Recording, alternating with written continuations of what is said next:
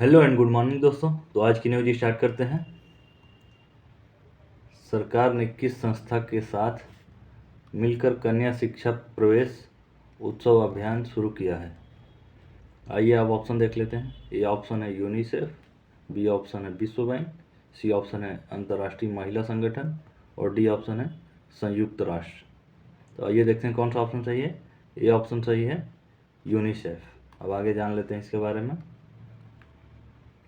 11 से 14 आयु वर्ग की उन लड़कियों को वापस स्कूल में लाना जो किसी कारणवश शिक्षा से वंचित रह गई हैं।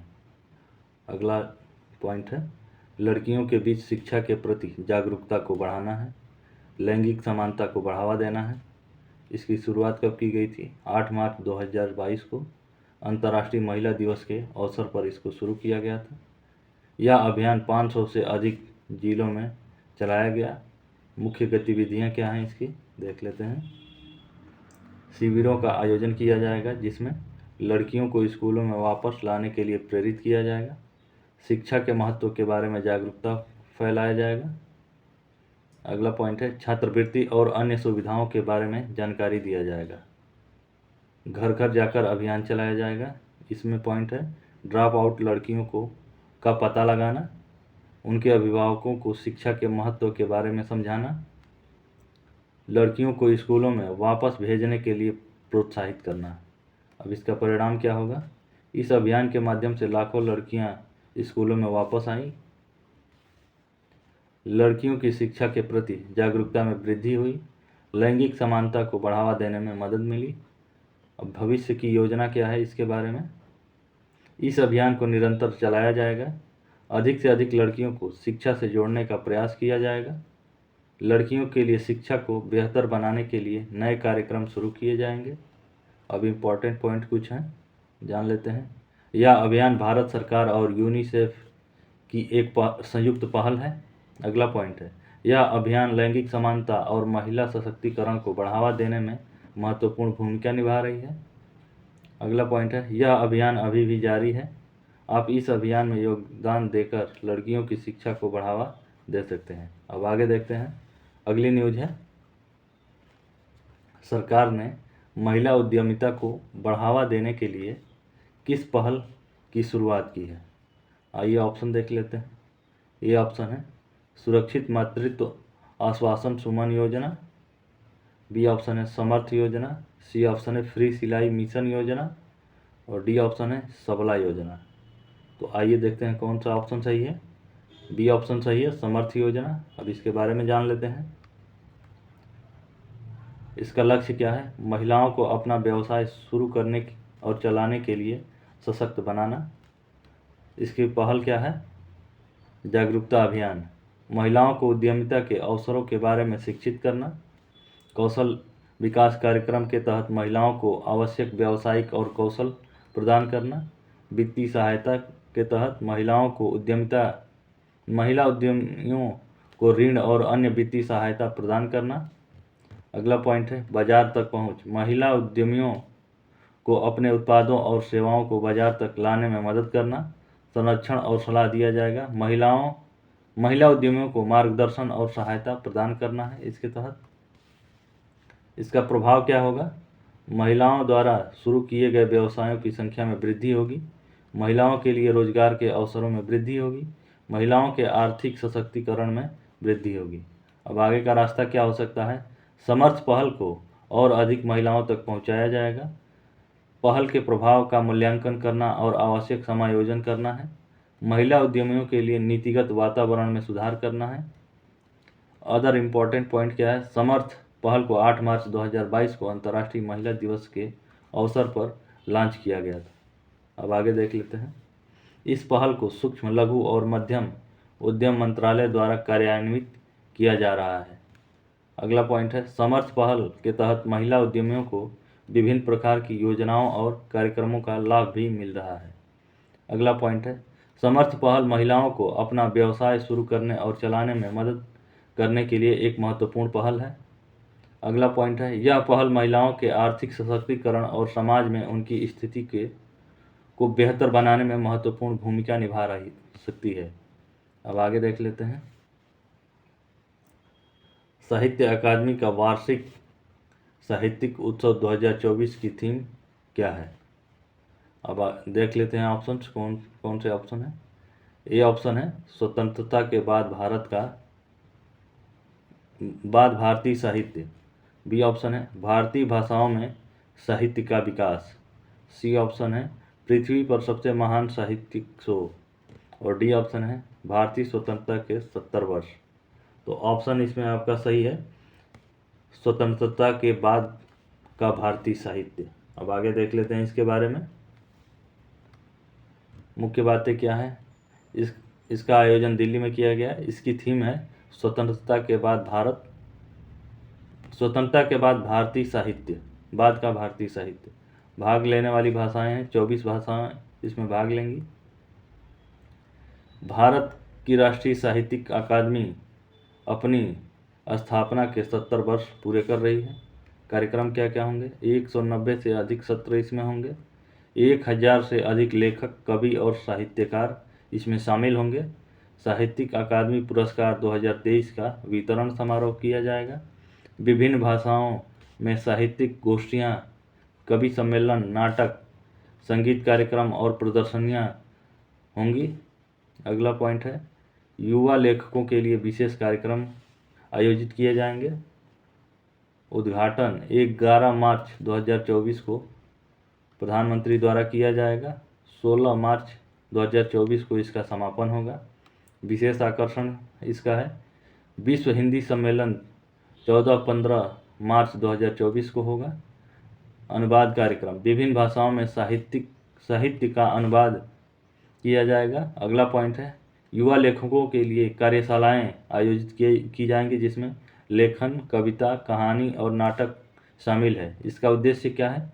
भारतीय भाषाओं में साहित्य को बढ़ावा देना, विभिन्न भाषाओं के लेखकों और साहित्यकारों को एक मंच प्रदान करना। अगला पॉइंट है युवा पीढ़ी को साहित्य से जोड़ना।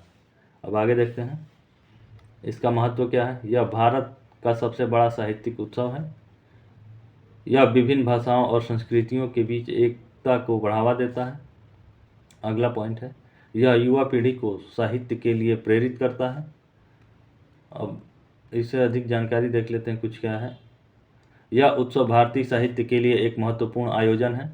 अगला पॉइंट है यह विभिन्न भाषाओं के लेखकों और साहित्यकारों को एक मंच प्रदान करता है और युवा पीढ़ी को साहित्य से जोड़ने में मदद करता है। अब आगे देखते हैं अगली न्यूज़ है यूएस कोस्ट गार्ड और इंडियन कोस्ट गार्ड के बीच सी डिफेंडर्स 2024 कहाँ आयोजित किया गया है।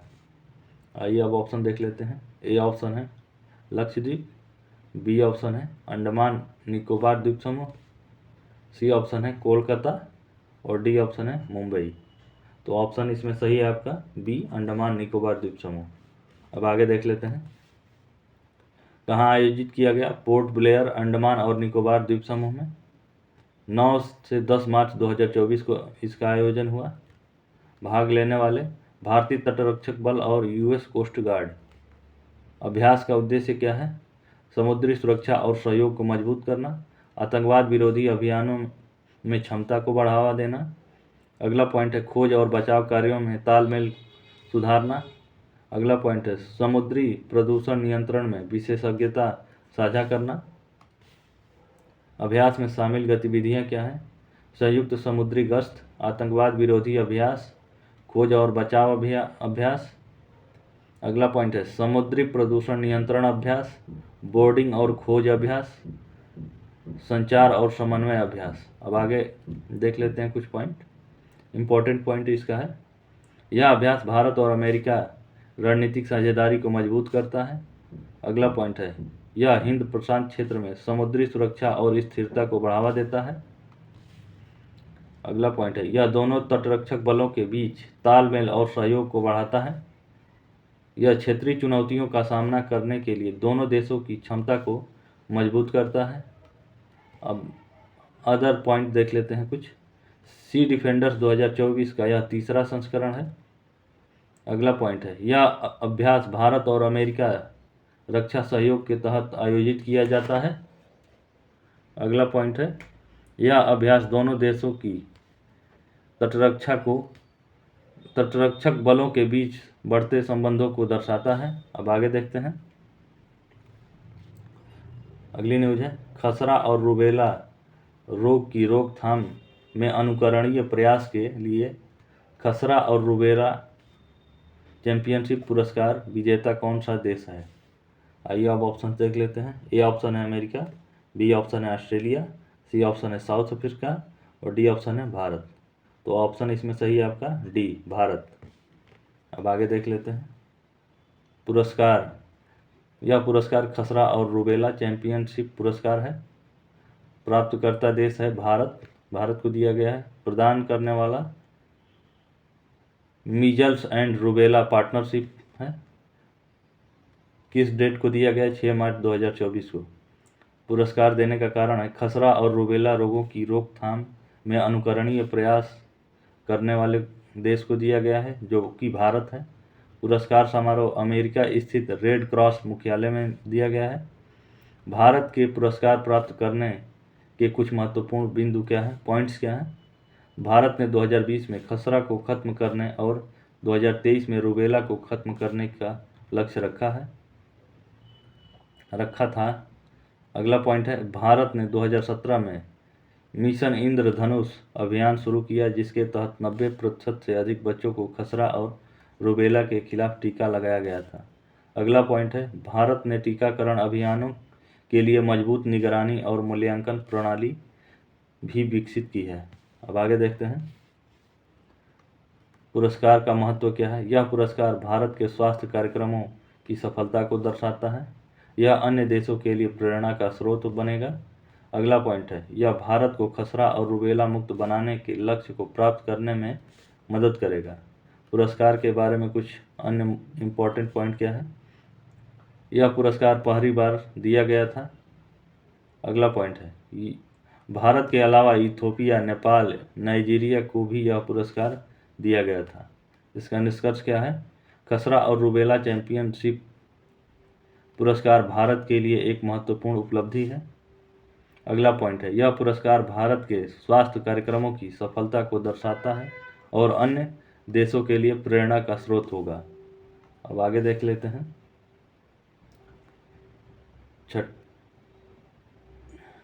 विश्व कप खेलने वाली 6 विश्व कप खेलने वाली पहली महिला क्रिकेटर कौन बनी?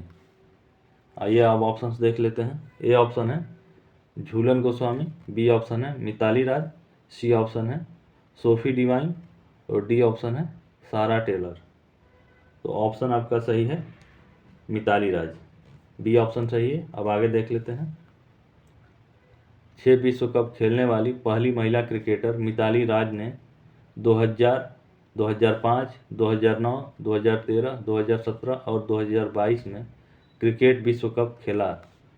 अगला पॉइंट है, सबसे ज़्यादा रन बनाने वाली महिला क्रिकेटर मिताली राज ने वनडे क्रिकेट में 7,805 रन और टेस्ट क्रिकेट में 663 रन बना चुकी हैं। सबसे ज़्यादा मैच खेलने वाली महिला क्रिकेटर मिताली राज ने 234 वनडे और 10 टेस्ट मैच खेले हैं।